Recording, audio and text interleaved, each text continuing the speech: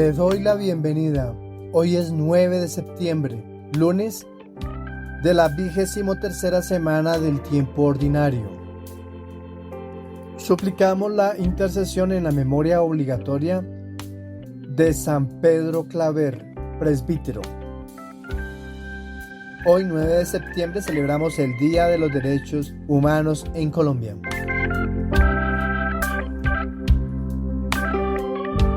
San Pedro Claver nació el 26 de junio de 1580 en Verdú, Cataluña, España, en el seno de una familia humilde, hijo de Juan Claver y Elena Corbera. De una edad temprana, Pedro mostró una inclinación hacia la vida religiosa y una sensibilidad por el sufrimiento ajeno. En 1602 ingresó a la Compañía de Jesús, donde fue formado bajo los ideales ignacianos de entrega al prójimo y misión universal.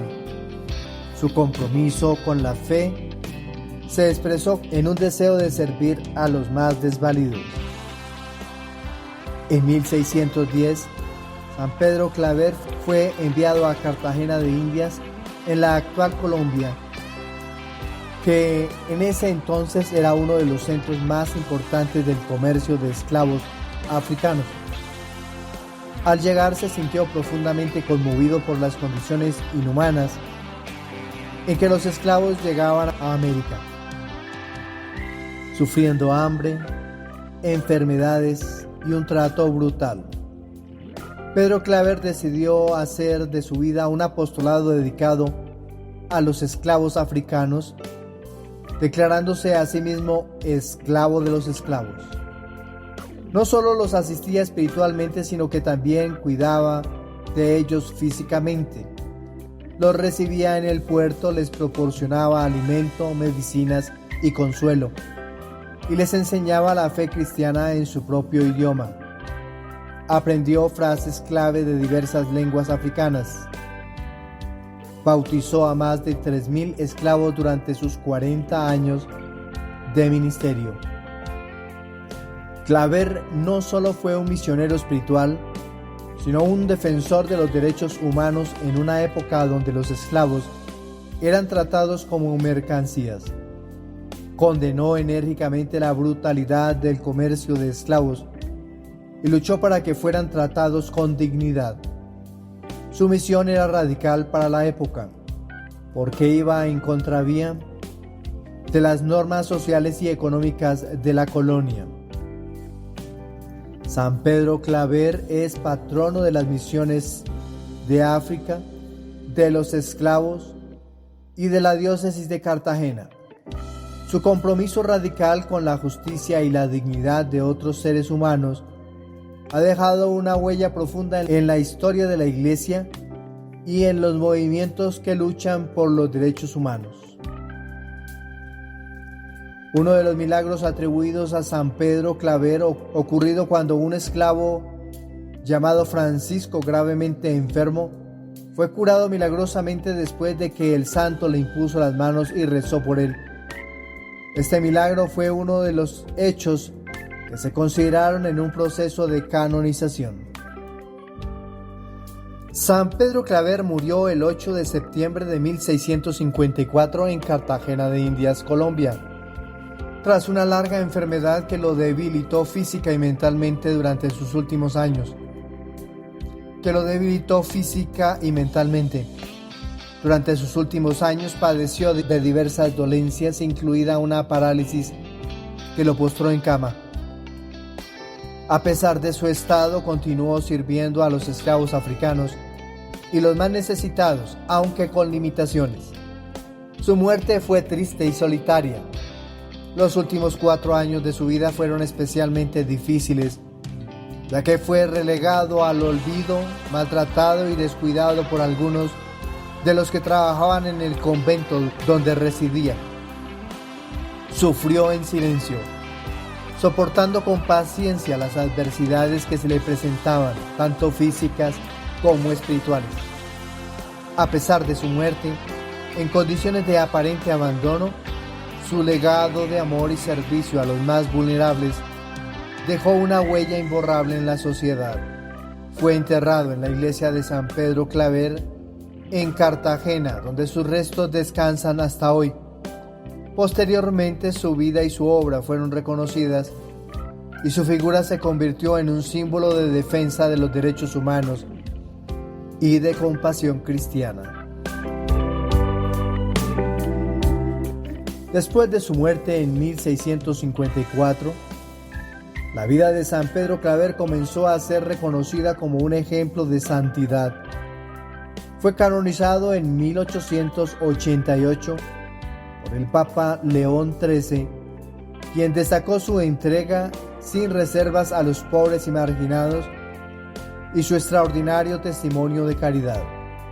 Durante su canonización se mencionó su profunda humildad y su constancia en la defensa de los derechos humanos y su capacidad para ver a Cristo en cada uno de los esclavos a quienes servía. Por eso, hoy 9 de septiembre, pidamos a San Pedro Claver que nos ayude a ser instrumentos de justicia y compasión, a servir a los más necesitados y a luchar por la dignidad de todos los seres humanos.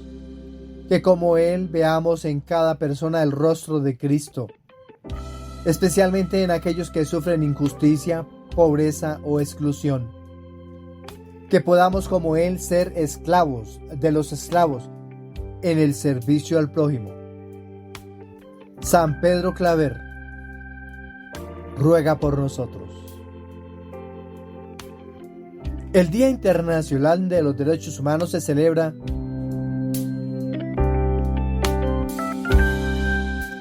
El Día Internacional de los Derechos Humanos se celebra el 10 de diciembre, conmemorando la adopción de la Declaración Universal de los Derechos Humanos en 1948 por la Asamblea General de las Naciones Unidas. Este documento histórico marcó un hito en la lucha por la dignidad, la igualdad y los derechos fundamentales de todas las personas sin distinción alguna. En Colombia celebramos el día de hoy, 9 de septiembre, esta celebración. La Declaración Universal de los Derechos Humanos es más que un conjunto de principios. Es una promesa global de respeto, protección y promoción de la dignidad inherente a cada ser humano. En un mundo que sigue enfrentando desafíos como la discriminación, la violencia, la injusticia y la opresión, este día nos recuerda el compromiso colectivo de asegurar que cada persona pueda disfrutar de sus derechos básicos. El Día Internacional de los Derechos Humanos no solo es una ocasión para reflexionar sobre los avances logrados, sino también para reconocer las injusticias que persisten y el trabajo que queda por hacer.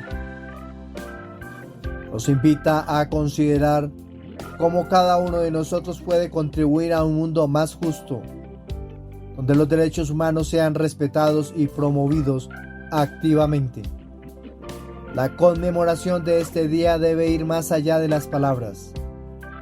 Nos desafía a actuar en la defensa de los derechos de los más vulnerables, a apoyar a las organizaciones que luchan por la justicia y a fomentar una cultura de respeto y equidad de nuestras comunidades. Es una oportunidad para educarnos sobre los derechos humanos y para hacer un llamado a los líderes y gobiernos a que cumplan con sus responsabilidades en la promoción y protección de estos derechos. En la historia reciente hemos visto ejemplos inspiradores de cómo la acción colectiva puede generar un cambio significativo. Desde los movimientos por los derechos civiles hasta las campañas por la igualdad de género y la justicia social, la lucha por los derechos humanos ha sido una fuente de esperanza y transformación.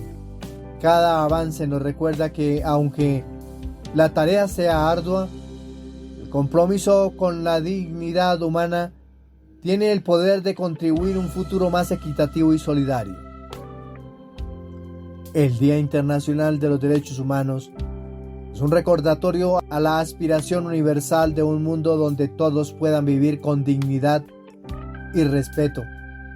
Nos invita a unir nuestras voces y esfuerzos en la defensa de los derechos de cada individuo, reforzando nuestro compromiso a construir una sociedad en la que la justicia, la igualdad y la libertad sean una realidad para todos. Que este día nos inspire a actuar con valentía y compasión y a trabajar incansablemente para garantizar que los derechos humanos sean una realidad vivida y no solo un ideal proclamado. En Colombia, el Día Internacional de los Derechos Humanos se celebra hoy, 9 de septiembre. San Pedro Claver, un defensor incansable de los derechos de los esclavos africanos durante la época colonial.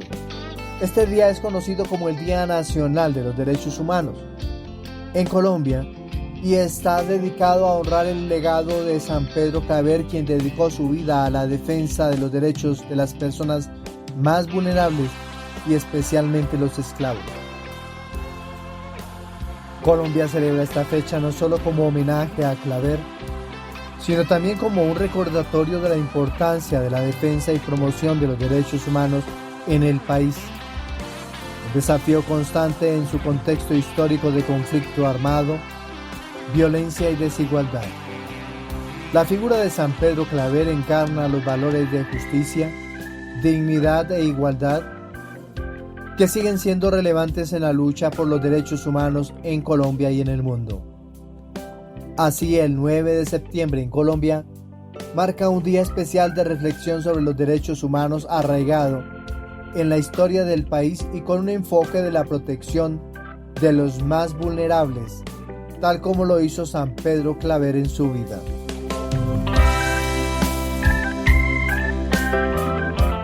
Le invito a disponer su oído, la mente, también el corazón, para proclamar el Evangelio propuesto en la liturgia de este día.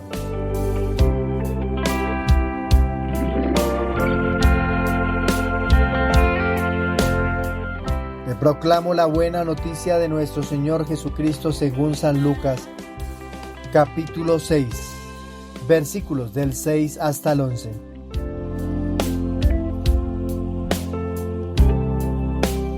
Un sábado entró Jesús en la sinagoga y se puso a enseñar. Había allí un hombre que tenía la mano derecha paralizada. Los escribas y los fariseos estaban al acecho para ver si curaba en sábado y encontrar de qué acusarlo. Pero él conocía sus pensamientos y dijo al hombre de la mano atrofiada: levántate y ponte en medio. Y levantándose se quedó en pie. Jesús les dijo: les voy a hacer una pregunta. ¿Qué está permitido en sábado? ¿Hacer el bien o el mal? ¿Salvar una vida o destruirla? Y echando en torno una mirada a todos le dijo: extiende tu mano. Él lo hizo y su mano quedó restablecida. Pero ellos, ciegos por la cólera, discutían qué había que hacer con Jesús. Palabra del Señor. Nuestra propuesta para la liturgia de hoy. La liturgia propone para el día de hoy, continúa el texto de la primera carta a los Corintios en el capítulo 5, hoy en sus primeros 8 versículos. La primera carta de San Pablo a los Corintios fue escrita alrededor del año 55 después de Cristo, en un momento en que la comunidad cristiana en Corinto enfrentaba varios desafíos, entre ellos divisiones, inmoralidad sexual y confusión doctrinal. Corinto, una ciudad comercialmente activa y multicultural, era conocida por su ambiente moralmente laxo, lo que hacía que la comunidad cristiana luchara por mantener fiel a los valores del Evangelio en medio de esa influencia corrupta. Pablo escribe esta carta para corregir algunas de las prácticas y comportamientos que ponían en peligro la identidad de la iglesia, en especial un caso grave de inmoralidad que era tolerado dentro de la comunidad. Profundicemos en sus versículos. Versículo del 1 hasta el 2. En efecto, se oye hablar de inmoralidad entre vosotros, y de una inmoralidad tal que no se da ni entre los paganos. Un individuo vive con la mujer de su padre y vosotros os sentís orgullosos. ¿No deberíais más bien llorar y expulsar de entre vosotros a quien ha cometido tal acción? En este pasaje Pablo condena un caso de incesto en la comunidad corintia, algo que era contrario no solo a la ley judía que está consignado en el libro del Levítico en el capítulo 18 versículo 8 y 20 versículo 11, sino también a la moral pagana. El apóstol expresa su asombro y disgusto, ya que incluso los paganos que no compartían la misma ética religiosa no toleraban ese tipo de comportamiento. La comunidad de Corinto, en lugar de actuar con seriedad y disciplina, estaba mostrando una actitud permisiva o incluso de orgullo ante la situación. Pablo los llama a una actitud de arrepentimiento, señalando que deberían llorar por el pecado en medio de ellos en lugar de sentirse complacidos. Versículos del 3 hasta el 5.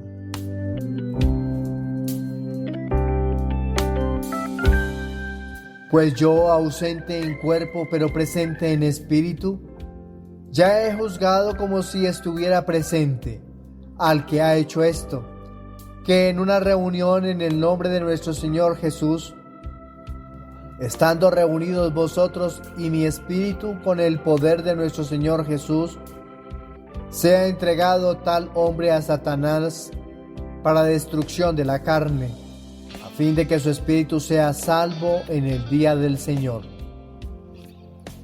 Pablo, aunque no está físicamente presente, toma una postura firme y autoritaria. Ya ha emitido su juicio espiritual sobre la situación y pide a la comunidad que se reúna para tomar una acción disciplinaria en nombre de Cristo. La frase entregado a Satanás no debe entenderse como una condena eterna, sino como una medida correctiva, posiblemente excomunión temporal, para que la persona experimente las consecuencias de su pecado y así se arrepienta. El objetivo final de Pablo no es la destrucción del pecador, sino su salvación, lo que se refleja en la frase a fin de que su espíritu sea salvo en el día del Señor. Encontramos la palabra griega soma, que está aquí en el versículo 3, traducido como cuerpo. Aquí no solo hace referencia al cuerpo físico de Pablo, sino también al cuerpo místico de la iglesia. Pablo se considera presente espiritualmente con la comunidad, aunque no físicamente. Versículos del 6 hasta el 8. ¿No está bien vuestra jactancia? ¿No sabéis que un poco de levadura fermenta toda la masa? Limpiaos de la levadura vieja para hacer una masa nueva, ya que sois panes ácimos, porque Cristo nuestro Cordero Pascual ha sido inmolado. Así pues, celebremos la fiesta, no con vieja levadura, la levadura de la malicia y la perversidad, sino con los panes ácimos de la sinceridad y la verdad. La levadura, en este contexto, es un símbolo de pecado y maldad que puede fermentar y corromper a toda la comunidad. Pablo les recuerda que son una masa nueva, purificada por el sacrificio de Cristo, el Cordero Pascual. Este lenguaje tiene claras connotaciones pascuales, evocando la fiesta judía de los ázimos, donde se eliminaba toda levadura para simbolizar la purificación y la salida de la esclavitud en Egipto. En griego encontramos la palabra sime, que traduce levadura, que representa el mal ejemplo, la corrupción y el pecado, que puede extenderse a la comunidad si no se controla. El término resuena con la práctica judía de eliminar la levadura antes de la Pascua. Aquí Pablo invita a los corintios a vivir en la sinceridad y la verdad, purificándose de cualquier maldad para celebrar la nueva vida en Cristo, el verdadero Cordero que nos ha redimido. En el versículo 8 encontramos la palabra ázima, pan sin levadura, que se refiere a los panes ácimos de la Pascua judía, símbolo de pureza y separación del pecado. San Agustín, comentando sobre este pasaje, enfatiza la necesidad de purificación dentro de la iglesia. Al igual que Pablo, Agustín advierte que la permisividad hacia el pecado puede corromper a toda la comunidad y por eso es necesario ser firmes en la corrección fraterna.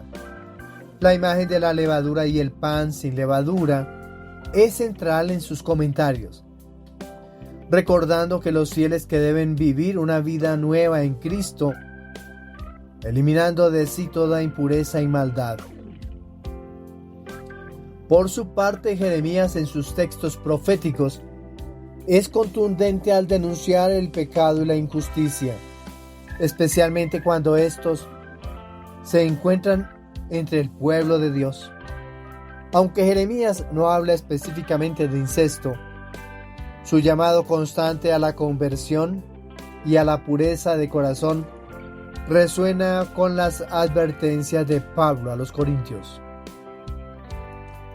¿Qué podemos concluir al reflexionar este trozo de la primera carta a los corintios? Este texto nos llama a la pureza y a la santidad en la vida comunitaria. Pablo exhorta a los corintios a no tolerar el pecado dentro de la iglesia, porque puede corromper a toda la comunidad. La levadura del mal ejemplo debe ser eliminada para que la comunidad pueda ser como el pan sin levadura, puro y dispuesto a ser el cuerpo de Cristo.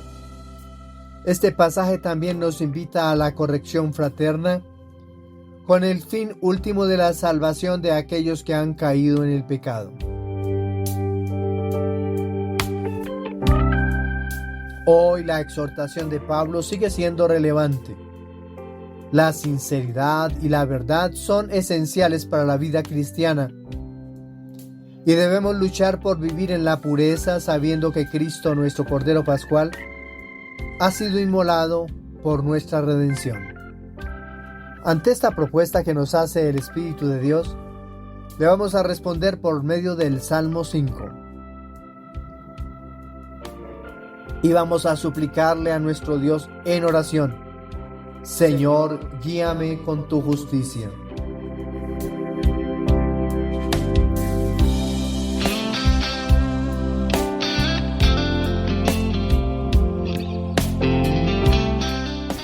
Este salmo es una súplica individual en la que el salmista busca refugio en la justicia divina ante la maldad de sus adversarios. En los versículos propuestos del 5 hasta el 6, el versículo 7 y el 12, el salmista expresa su confianza en la protección de Dios y su aversión hacia la maldad. Profundicemos en sus versículos. Versículos del 5 hasta el 6. Tú no eres un Dios que se complace en la maldad, ni el malvado es tu huésped. No los insolentes ante tus ojos. Odias a los malhechores. En estos versículos el salmista afirma que Dios no tolera la maldad ni la injusticia. La expresión "tú no eres un Dios que se complace en la maldad" refleja una profunda comprensión de carácter de Dios justo, santo y recto. El verbo hebreo utilizado para complacer es hafetz, que significa desear, deleitarse. Esto sugiere que Dios no tiene afinidad ni inclinación hacia la injusticia. Aquí el salmista también menciona que los malvados no pueden ser huéspedes en la casa de Dios. La casa hace referencia al templo donde se esperaba que solo los puros y justos pudieran entrar en comunión con Dios. Los insolentes, como dice en hebreo, Holelim, y malhechores, son aquellos que rebelan con arrogancia contra la justicia divina. San Agustín, comentando estos versículos, señala que el rechazo de los malvados por parte de Dios es un llamado a la purificación interior, recordando que solo los justos pueden participar en la comunión con el Señor. Versículo 7. Pero yo, por tu gran bondad, entro en tu casa, me postro ante tu santo templo con toda reverencia. El salmista reconoce su acceso al templo no por méritos propios, sino por la gran bondad, Gesed, de Dios. Esta palabra hebrea es clave en la teología del Antiguo Testamento porque describe la misericordia fiel de Dios, su pacto inquebrantable con su pueblo. El salmista se postra en señal de humildad y reverencia, consciente de que su relación con Dios depende completamente de la bondad divina. Esta es una oración de confianza plena, similar a la que encontramos en muchos textos de los profetas como Jeremías, quien en sus oraciones también destaca la necesidad de acudir a Dios con un corazón sincero, confiando en su fidelidad. Versículo 12. Pues tú, Señor, bendices al justo, tu favor lo rodea como un escudo. El salmista concluye su oración reconociendo que Dios no solo es justo en castigar al malvado, sino también en bendecir al justo. La imagen de escudo que encontramos en el texto Sinaj es poderosa en la literatura bíblica y evoca protección. No se trata de un escudo pequeño, sino de un gran escudo que cubre todo el cuerpo, una metáfora de la cobertura total de Dios. Esto expresa cómo la justicia y la protección de Dios envuelven y resguardan a aquellos que siguen sus caminos. San Agustín, en su comentario sobre los Salmos, explica que esta bendición es una manifestación de la gracia divina que como un escudo protege al justo, no solo de los peligros físicos, sino también de las acechanzas espirituales. Este favor es un signo de íntima relación entre el creyente y Dios, quien acompaña a sus fieles en cada circunstancia de la vida. El Salmo 5 es un himno de confianza y súplica que se recitaba tradicionalmente en la mañana, lo que subraya la idea de comenzar el día buscando la guía y protección de Dios frente a los desafíos venideros. En el contexto del antiguo Israel, el templo era visto como el lugar donde Dios habitaba, y por lo tanto, estar en su casa simbolizaba estar en la presencia directa de su favor y protección. El salmista, posiblemente un servidor del templo, muestra un profundo sentido de dependencia en la justicia de Dios ante los enemigos que buscan hacerle daño. Esto nos invita hoy en día a reflexionar sobre cómo enfrentamos las injusticias y las adversidades en nuestra vida diaria. La oración sincera y la confianza en la protección de Dios son elementos clave en la vida espiritual. San Agustín, en su comentario sobre este salmo, destaca que el rechazo de los malvados y la acogida de los justos en la casa de Dios tiene una dimensión escatológica. El justo que confía en Dios entra en la verdadera casa del Padre, la eternidad, mientras que el malvado se excluye de su propia rebelión. Por otro lado, Jeremías, con su estilo profético de denunciar la injusticia y la corrupción del pueblo de Israel, se hace eco del mensaje del salmista al recordar a su audiencia que Dios no tolera el pecado en su presencia. Así, Jeremías y el salmista coinciden en la necesidad de una conversión sincera para poder recibir el favor y la protección de Dios. Este salmo nos invita a orar con confianza en la justicia de Dios.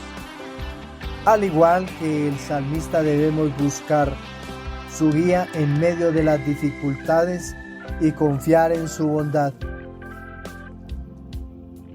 para protegernos como un escudo.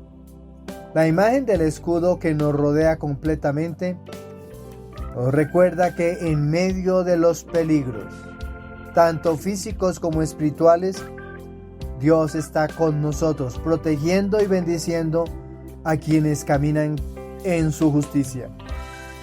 La propuesta del Evangelio.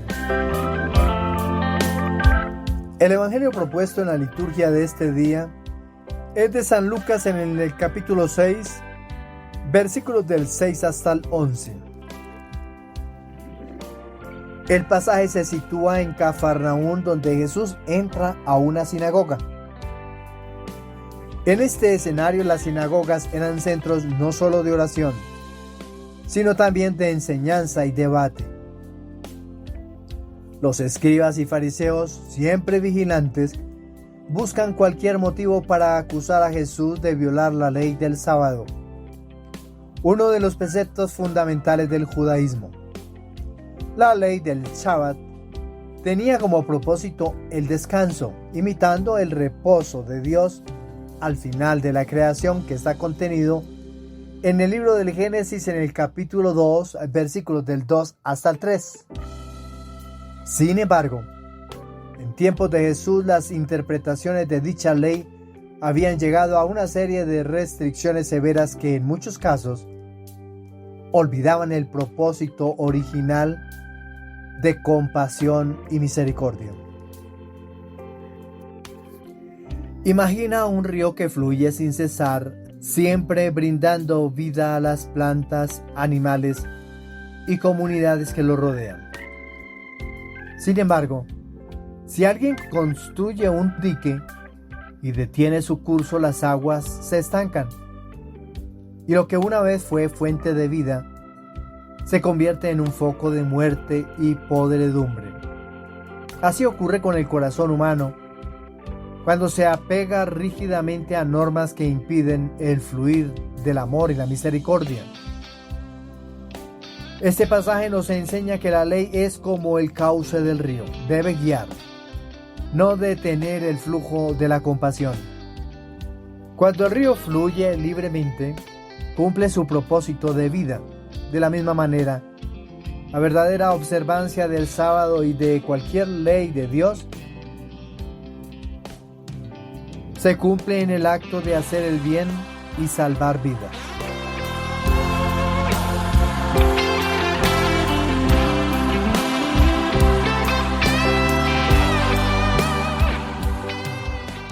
Profundicemos en sus versículos. Versículo 6.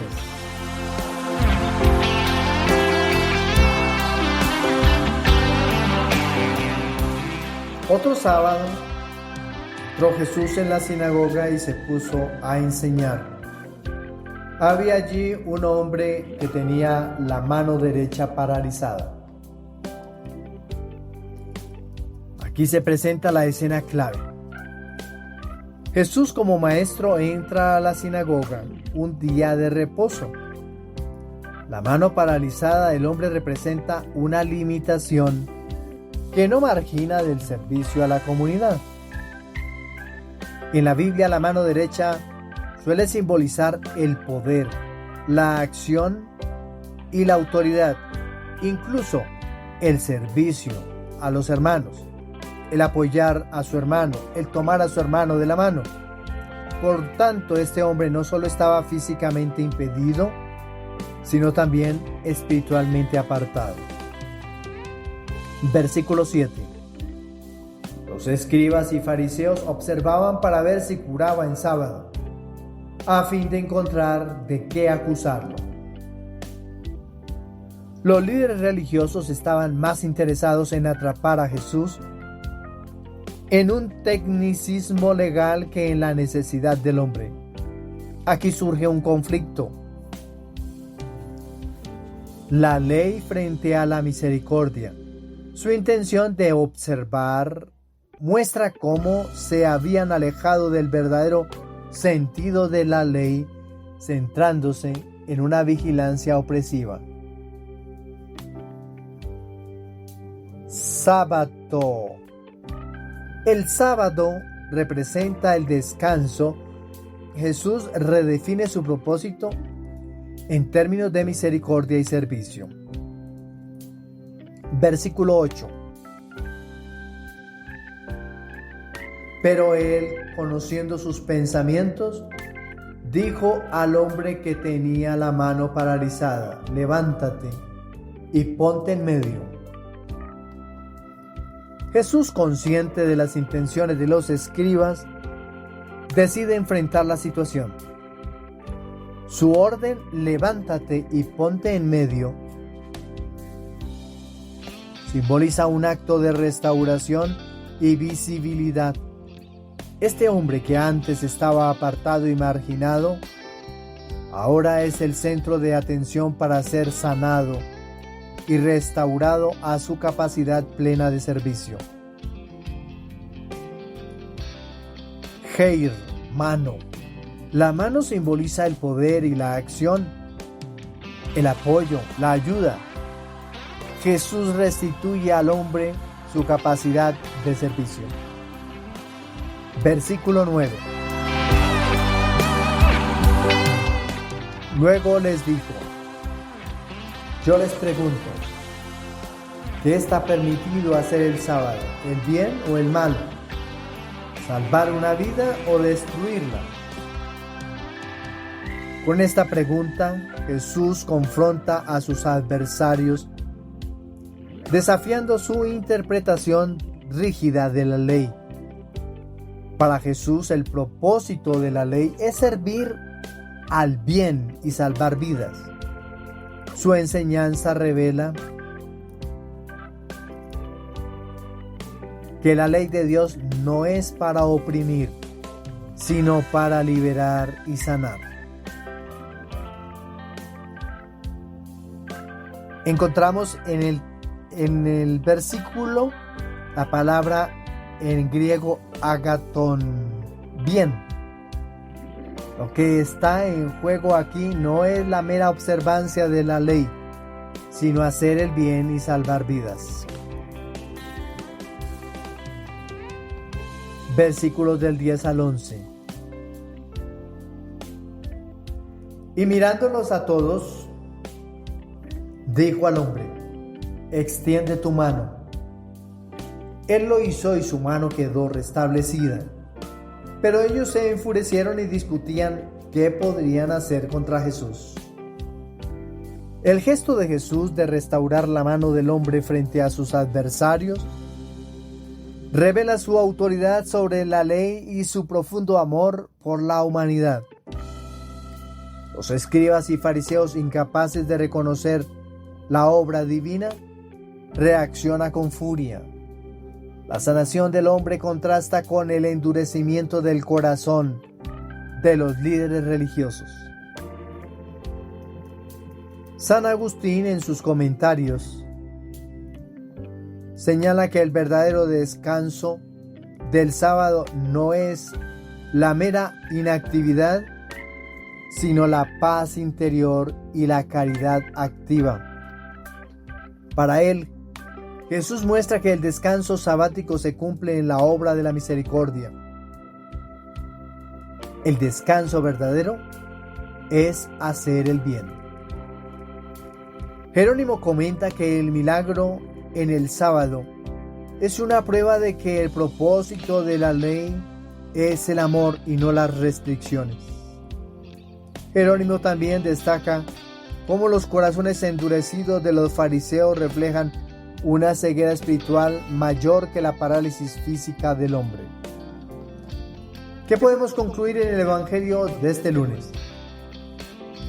Este Evangelio nos llama a reflexionar sobre la importancia de la misericordia, sobre la rigidez de la ley.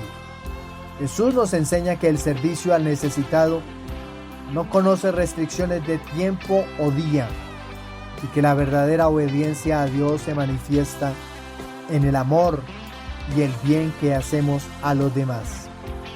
Como el río que fluye sin detenerse, debemos permitir que nuestras acciones de compasión sigan su curso sin que las normas o tradiciones vacías detengan el impulso del amor divino que Jesús nos modela.